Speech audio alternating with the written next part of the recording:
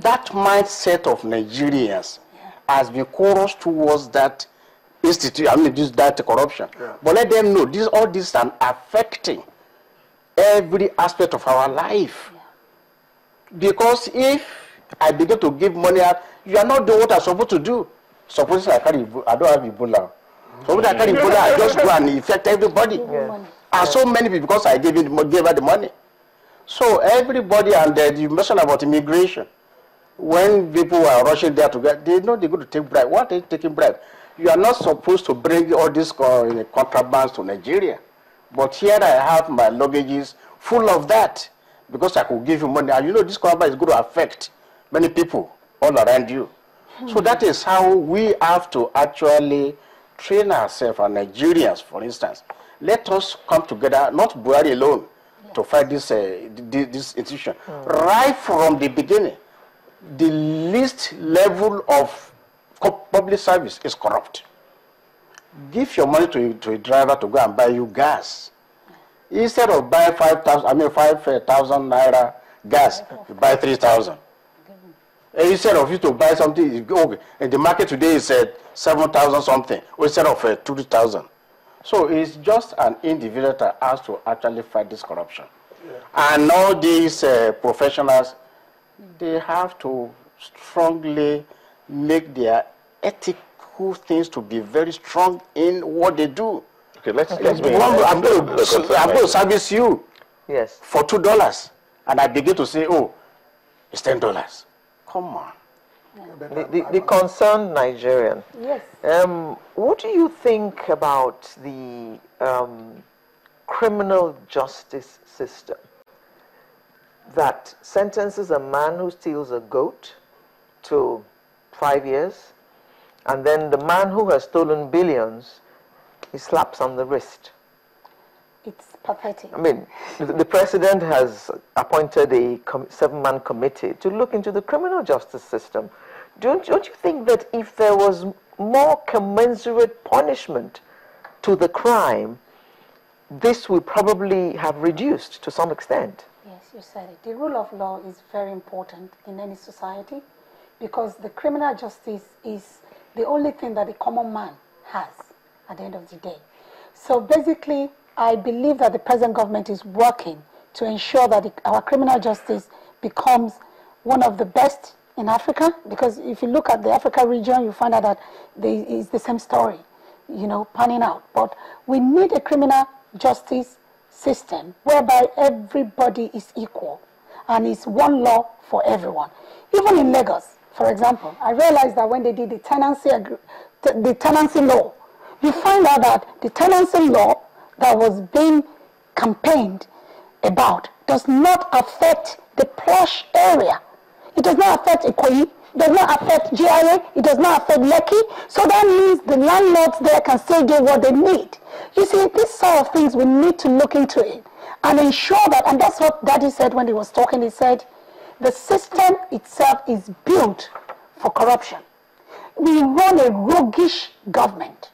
The way we put things together in Nigeria promotes corruption. It promotes people to steal. Like he said, even if you have a good mind, when you get to the seat, you're going to steal because there are no proper quality assurance system. There is no proper corporate governance. What we need to do is education. The government needs to lead, to educate people. For example, in the UK... What education does a man need when he has been brought up with the proper morals to know that this is good, and this is bad? That is the education we're talking about. Stealing is bad. That's the education we're talking about. It's orientation. It's orientation. Education does not... I'm not talking about academics. I'm talking about education that's fit for purpose. In Nigeria, we don't have that kind of education. Our education does not really prepare us to go into the society and live and become a civil individual. The education we get in Nigeria does not provide. So right now that we have, you know, the people that are out there now serving in different capacities, how are you going to educate them? I'm assuming that the education, fit for purpose education now has to do with the younger generation. I want to say something, sir. the most important thing that we need is advocacy. When people know, that's why I was going to refer to the Western world. About 30 years ago, I went to England when I finished from Unilag, and that time we had problem of racism, and the government started a campaign in the UK there. They said, challenge institutional racism. So now our government needs to come out and do a campaign for every individual to challenge institutionalized indiscipline and corruption. People should start asking questions. People should say no to things. For example, I bought petrol during that time you said, sir, after Buhari had come in, June or July, I bought petrol.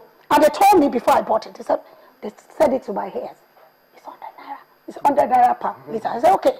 When they finished, I gave them what the thing said. And they were like, no. I said, you know what? Do you want me to call? Because there's a number being touted in the social media by the government that said if you buy petrol, but people don't pick it up. But I, as a patriotic Nigerian, I pick up everything that the government is saying and I act on it.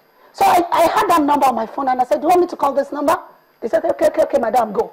If everybody does what I did, we will not be having problem of corruption. People will know that there's nowhere to hide.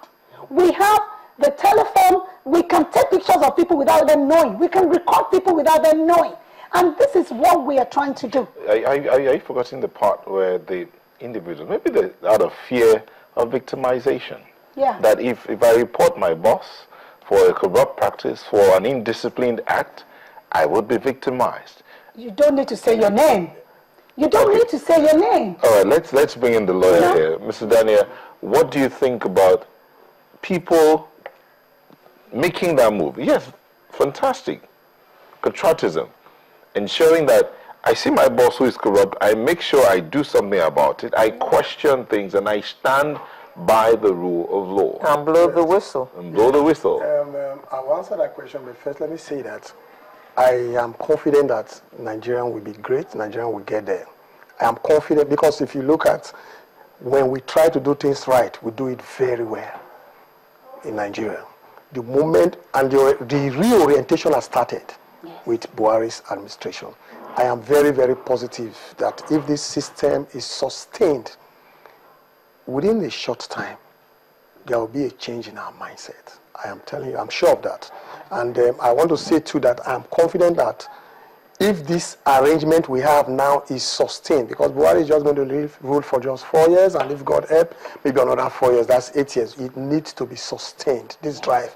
Then Nigeria will be one of the greatest countries on that. Then I want to quickly address the issue of criminal justice. I beg your pardon, just before you continue, but do you believe that as hopeful as you are, there are some people who wish him ill because he's blocking the avenues of making money? It's normal. Let us pray. Nigerians who are used to making plenty of money for doing no work at all.